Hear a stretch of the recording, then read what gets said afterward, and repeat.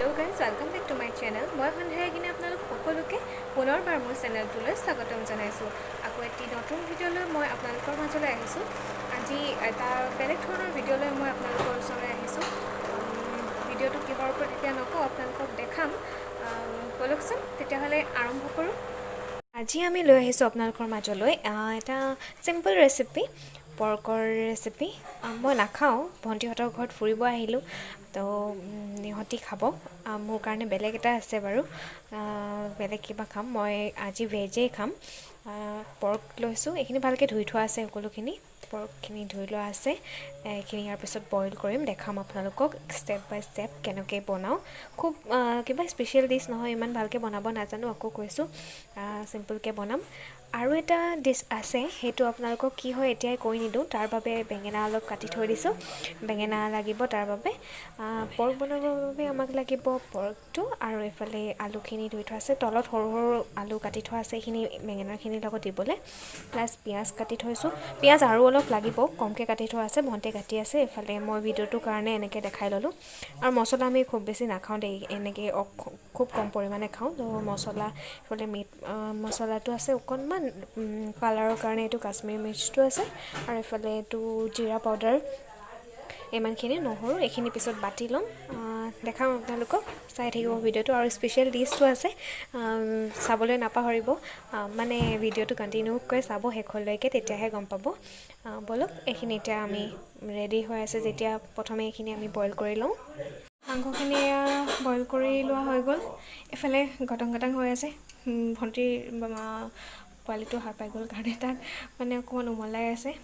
কিবা শব্দ শুনিব পাৰে, সেইখিনি আপোনালোকে অকণমান ইগন'ৰ কৰি চলিব দেই। তাৰপিছত এইফালে কেৰাহীত তেল গৰম হৈ আছে। এতিয়া আমি ইয়াত পিঁয়াজ নহৰুখিনি দি দিম। কেৰাহীখন বহুত পুৰণি, পিঁয়াজখিনি দি দিছোঁ প্ৰথমে।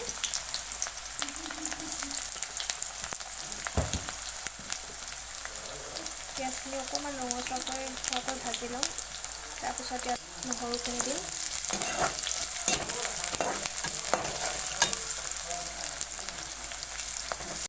যিহেতু গাহৰি মাংসত তেল ওলায়, সেইকাৰণে তেল আমি বেছিকৈ দিয়া নাই। আৰু তেলটো আমি ইমান নাখাওঁৱেই। মই বাৰু নাখাওঁৱে গাহৰি, ইহঁতি খাব, কিন্তু ইহঁতিও তেল কমকৈ খায়। পিঁয়াজ নহৰুখিনি এনেকৈ ভাজি লৈছে। তাৰপিছত ৰঙচুৱা হোৱালৈকে এইখিনি ভাজি থাকিব লাগিব অকণমান সময়। এইখিনি ৰঙচুৱা হৈ গৈছে, আপোনালোকে দেখিব পাৰিছে। ইয়াত এতিয়া আমি অকণমান হালধি দি দিম। পৰিমাণ জোখৰে আপোনালোকে দিব হালধিখিনি। ভালদৰে লৰাই ল'ম।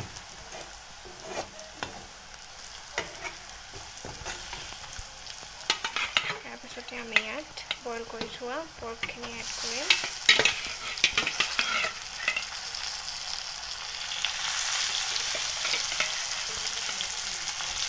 গেছটো একেবাৰে চিমত থোৱা আছে, কম কৰি থোৱা আছে। মাংস বনালে সদায় হাই ফ্লেমত বনাব নালাগে। অকণমান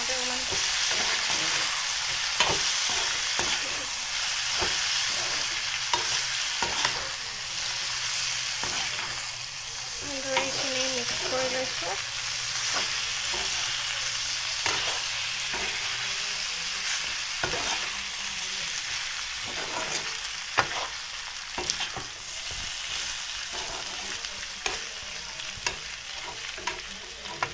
চিম্পলকৈ বনাইছোঁ, কোনো মানে বাঁহৰ গাজ আছিলে আচলতে, কাটি থোৱা নহ'ল। আৰু এতিয়া আমি ইমানো পাকৈত নহয় বনোৱাত, আৰু এনেই জাষ্ট চিম্পলকৈ বনাই মেলি খাওঁ। আৰু ইমানো মানে খোৱা বোৱা বা ৰন্ধাত ইমানো মানে পাকৈত নহয়। যেনেকৈ পাৰোঁ তেনেকৈ বনাবলৈ চেষ্টা কৰোঁ। সেয়াই আৰু চাই যাওক, আপোনালোকে গম পাই যাব। এয়া ভণ্টিয়ে ক'লে দেই, বাঁহৰ গাজ আছিলে, কিন্তু আচলতে কাটিবলৈ মানুহ নহ'ল, আৰু আমি কাটিবলৈ নাজানো।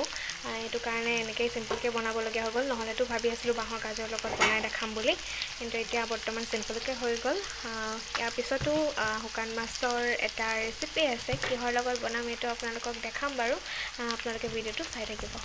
আপোনালোকক আৰু এটা ডিছৰ কথা কৈছিলোঁ, তাত আছে এইখিনি দেখিছে, সৰু সৰু দনিকণা মাছ। দনিকণা মাছ এইখিনি আচলতে শুকান মাছ, আজি আনিছিলে বজাৰৰ পৰা।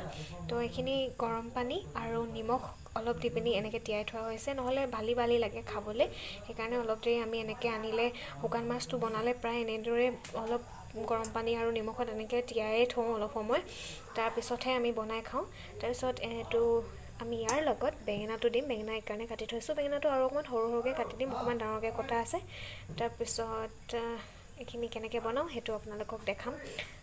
ইয়াৰ পিছতে আমি এতিয়া শুকান মাছৰ যোনটো ৰেচিপি বনাম ভাবিছিলোঁ তাৰ বাবে কেৰাহীখন গৰম কৰি লৈছোঁ, তেল দিলোঁ, তেলখিনি গৰম হৈ লওক। তাৰপিছত ইয়াত পিঁয়াজ দিম, নহৰু এড নকৰোঁ, নহৰু আদা ইয়াত এড নকৰোঁ, অকল পিঁয়াজেই দিম। তেলখিনি গৰম হৈ লওক। কেৰাহীত আমি এতিয়া ইয়াত পিঁয়াজখিনি দি দিলোঁ, অকণমান নিমখো দি দিলোঁ। তাৰপিছতে অকণমান এতিয়া হালধি এড কৰি দিম, পিঁয়াজখিনি ৰঙচুৱা হোৱালৈকে ভাজিম। তাৰপিছত ইয়াত অকণমান কালাৰৰ কাৰণে ৰেড চিলি পাউডাৰ দিলোঁ, কাশ্মীৰী মিৰ্চ, অকণমান জিৰা পাউডাৰ দিয়া হ'ল। জিৰাটো দিলে মই খাবলৈ ভাল পাওঁ, গোন্ধটো অকণমান ধুনীয়াকৈ ওলায়। কিন্তু আজি মই ভেজেই খাম, যিহেতু ইহঁতৰ কাৰণেহে ৰেডি কৰি থকাৰ নিচিনা হৈ আছে এতিয়া। তাৰপিছত আমি শুকান মাছখিনি ধুই থোৱা আছে, যোনখিনি নিমখ পানীত দি থৈছিলোঁ গৰম পানীত, সেইখিনি ভালদৰে আকৌ ভালকৈ খচি খচি দুবাৰমান ধুই ল'লোঁ, নহ'লে বালিয়া বালিয়া লাগি যায় যে, সেইটো কাৰণে। তাৰপিছত এতিয়া আমি ইয়াত পিঁয়াজখিনি প্ৰায় ৰঙচুৱা হৈছে, ইয়াত শুকান মাছখিনি এড কৰি দিম। আমি এতিয়া সেইখিনি মাছখিনি দি দিলোঁ, মাছখিনি দি ভালদৰে লৰাই ল'ম।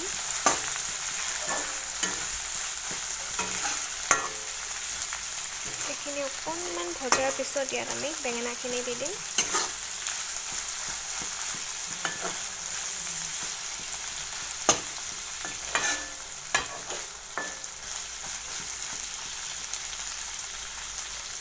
সেইবিলাকত বেছি জ্বলা ব্যৱহাৰ কৰা নাই, মাংসটো বেছি জ্বলা ব্যৱহাৰ কৰা নাই, ইমান জ্বলা নাখাওঁ। চাটনিত যিহেতু জলকীয়া অলপ চাটনিতে ব্যৱহাৰ কৰিম, সেইকাৰণে মাংসটো দিয়া নাই আৰু ইয়াতো ইমান জ্বলা নিদিওঁ। এইখিনি অকণমান হৈ লওক, তাৰপিছত ইয়াতে আমি বেঙেনাখিনি এড কৰি দিম। মাংসখিনি ৰঙচুৱা হৈ যোৱাৰ পিছত আমি এতিয়া অকণমান মছলা এড কৰিছোঁ। ইয়াত ৰেড চিলি দিয়া হ'ল আৰু জিৰা পাউডাৰ আৰু এইটো কি কয় মিট মছলা অকণমান দিয়া হ'ল। আৰু ৰেড চিলি নহয়, কাশ্মীৰীটো অকল কালাৰৰ কাৰণে। কাশ্মীৰী মিৰ্চটো ইমান জ্বলা নহয়, যিহেতু জ্বলা নাখাওঁ বুলি কৈছোঁ, নাখাওঁ ইমান, সেইটো কাৰণে। তাৰপিছত এইখিনি এতিয়া ভালদৰে মিলাই ল'ম। আৰু এইফালে হৈ আছে আপোনাৰ শুকান মাছটো, আৰু এইফালে এইটো বনি আছে। আলুখিনি ফ্ৰাই কৰি লোৱা হৈছিলে, দেখুওৱা নহ'ল সেইটো আপোনালোকক।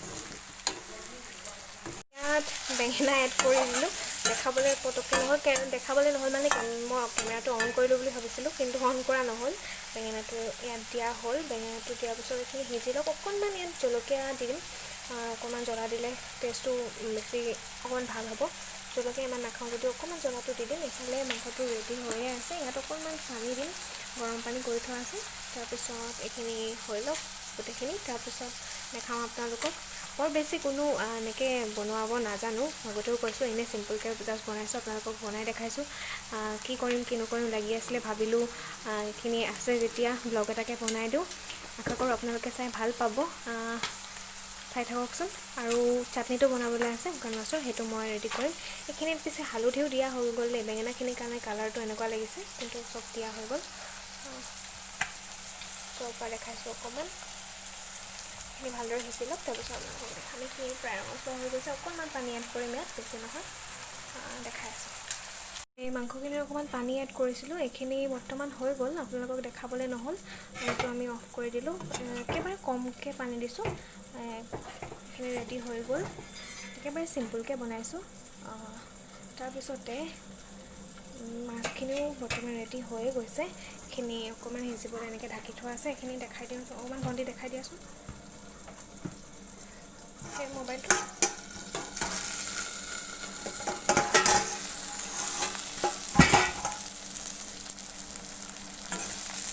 এইখিনি প্ৰায় হৈয়ে গ'ল। ইয়াত জলকীয়া দিয়া হৈ যাব, অকণমান ইয়াত জলকীয়া দি দিব লাগিছিলে। জলকীয়া আছে, জলকীয়া দি দিম এতিয়া, জলকীয়া পাছত দিলে আৰু এতিয়া বাকী আছেগৈ আপোনালোকৰ চাটনিটো। এইটো বনাম এইখিনিও প্ৰায় হৈ গ'ল আৰু এফালে এইখিনিও ৰেডি হৈ গ'ল